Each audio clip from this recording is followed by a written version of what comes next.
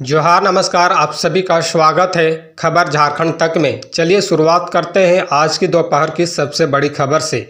झारखंड के सभी सरकारी स्कूलों में अब 7 जून तक रहेगी गर्मी की छुट्टी। जी हां, बता दें कि राज्य के सरकारी स्कूलों में अब 21 मई से 7 जून तक गर्मी की छुट्टी रहेगी। झारखंड शैक्षणिक अनुसंधान एवं प्रशिक्षण परिषद ने इस संबंध में संशोधित आदेश जारी कर दिया है। बता दें कि पूर्व में इन स्कूलों के लिए लागू वार्षिक कैलेंडर में 21 मई से 2 जून तक ही ग्रीष्मावकाश निर्धारित था। अब इसमें संशोधन किया गया है। यह अवकाश केवल वर्ष 2024 तक के लिए ही लागू रहेगा। परिषद द्वारा 16 मई को जारी आदेश में कहा गया है कि 27 फरवरी 2024 को प्रकाशित अवकाश कैलेंडर में सरकारी स्कूलों के लिए 1 जनवरी से 5 जनवरी तक शीतकालीन अवकाश तथा 21 मई से 2 जून तक गर्मी की छुट्टी निर्धारित थी। विभिन्न जिलों में शिक्षकों से प्राप्त आवेदनों में यह पाया गया है कि स्कूल स्तर पर शीतकालीन अवकाश का उपयोग नहीं किया गया है। अवकाश तालिका में यह स्पष्ट किया गया है कि अवकाश कैलेंडर में प्रदत्त अवकाश का उपयोग नहीं किया जाता है तो उसका समांजन अन्य अवकाश में किया जाएगा। इस आधार पर इस शर्त के साथ 5 दिनों के शीतकालीन अवकाश का समांजन गर्मी की छुट्टी में करने की अनुमति प्रदान की गई है। उक्त शीतकालीन अवकाश का उपयोग स्कूल स्तर से नहीं किया गया है। मोदी के रहते कोई भी आदिवासी, दलित और ओबीसी आरक्षण को खत्म नहीं कर सकता है, बाबूलाल मरांडी। जी हां, बता दें कि भाजपा के प्रदेश अध्यक्ष बाबूलाल मरांडी ने राजमहल लोकसभा के पाकुड़ जिले में बूथ स्तरीय कार्यकर्ता सम्मेलन को संबोधित किया। इस अवसर पर उन्होंने कहा कि पीएम मोदी और भाजपा के रहते कोई भी आदिवासी, दलित और ओबीसी के आरक्षण को खत्म नहीं कर सकता है। इंडिया गठबंधन वालों की दुकान बंद हो रही है, उनके साथ जनता खड़ी नहीं है, इसीलिए वे दुष्प्रचार कर रहे हैं। उनकी साजिशों को समझे। मरांडी ने कहा कि विपक्षी दल पीएम मोदी को हटाने के लिए साजिश कर रहे हैं। पिछले 10 वर्षों में पीएम मोदी ने भ्रष्ट मंत्रियों, अफसरों और नेताओं पर कार्रवाई की है जो जेल में बंद है। आज इस लोकसभा क्षेत्र से 2 लोग जेल में बंद है। राजमहल लोकसभा के बरहेट विधायक और पूर्व मुख्यमंत्री हेमंत सोरेन जेल में बंद है। लोग कहते हैं कि उन्हें फंसा दिया गया है, परंतु वे अपनी करनी से जेल में बंद है। उन्होंने राजमहल के पहाड़ों को अवैध रूप से खनन कर पत्थरों को बिहार और बांग्लादेश में बेच दिया। पैसे अपनी तिजोरी में भर लिए। नदी का बालू यूपी और बिहार ले जाते रहे, परंतु यहाँ के लोगों को बालू नहीं मिलती है।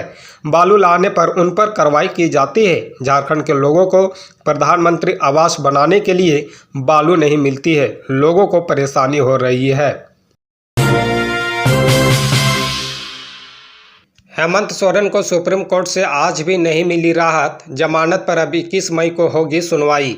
जी हां, बता दें कि झारखंड के पूर्व मुख्यमंत्री और झारखंड मुक्ति मोर्चा के कार्यकारी अध्यक्ष हेमंत सोरेन को सुप्रीम कोर्ट से शुक्रवार को कोई भी राहत नहीं मिली।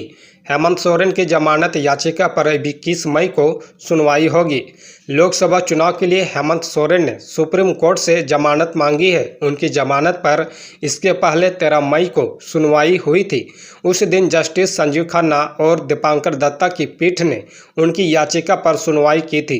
संजीव खन्ना ने सुनवाई की तारीख 21 मई तय की गई थी, लेकिन हेमंत सोरेन की वकील कपिल सिब्बल के आग्रह पर 17 मई की तारीख मुकर्रर की थी। 17 मई को सुनवाई शुरू हुई तो कपिल सिब्बल ने दिल्ली के मुख्यमंत्री अरविंद केजरीवाल को मिली जमानत के आधार पर प्रचार के लिए रिहाई देने की मांग की थी। हेमंत सोरेन के वकील की दलीलों का प्रवर्तन निदेशालय के वकील ने विरोध किया।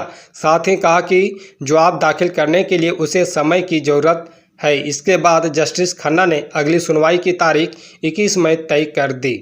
बता दें कि हेमंत सोरेन बार बार लोकसभा चुनाव में अपनी पार्टी का प्रचार करने के लिए जमानत मांग रहे हैं। सुप्रीम कोर्ट ने पहले उन्हें हाईकोर्ट में याचिका दाखिल करने के लिए कहा था। हाईकोर्ट ने 3 मई को झारखंड मुक्ति मोर्चा के नेता हेमंत सोरेन की याचिका को खारिज कर दिया था।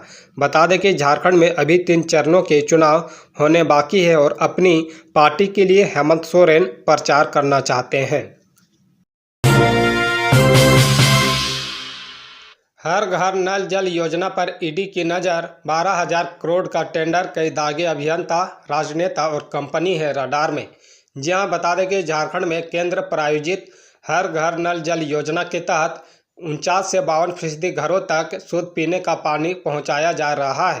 केंद्रीय योजना में 100% आबादी को पीने का पानी उपलब्ध कराना जरूरी है, पर लक्ष्य की तुलना में झारखंड काफ़ी पीछे चल रहा है। पेयजल व स्वच्छता विभाग के अधीन ग्रामीण आबादी को 24x7 के आधार पर पीने का पानी पहुंचाना है, पर जिस तरह से सरकार की कार्रवाई चल रही है उससे नहीं लगता है कि 48% आबादी को इस वर्ष के अंत तक पानी नसीब होगा।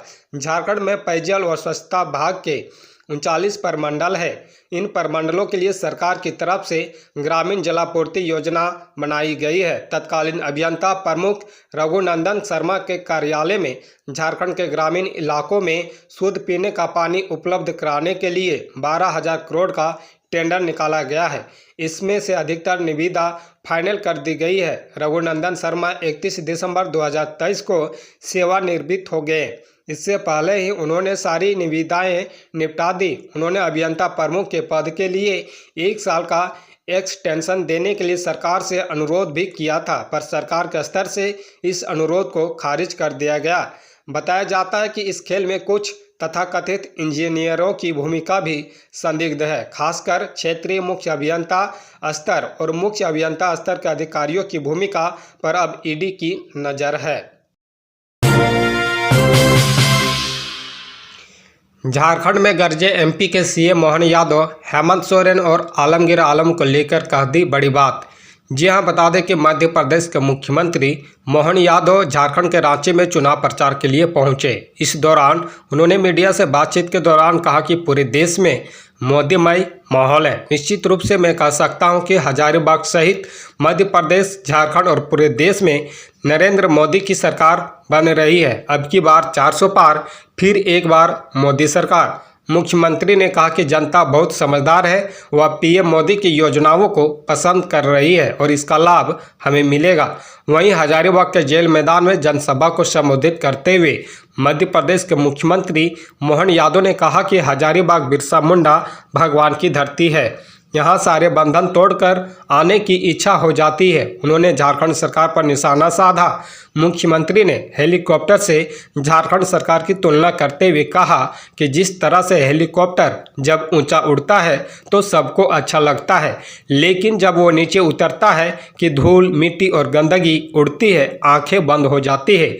अब सबने जिनको वोट देकर मुख्यमंत्री बनाया, सरकार में मंत्री बनाया, वो हेलीकॉप्टर में सुंदर लग रहे थे, लेकिन वो धूल आपकी आंखों में झोंक रहे थे। वो आपकी आंखों के सामने आपका माल लूट कर ले जा रहे थे।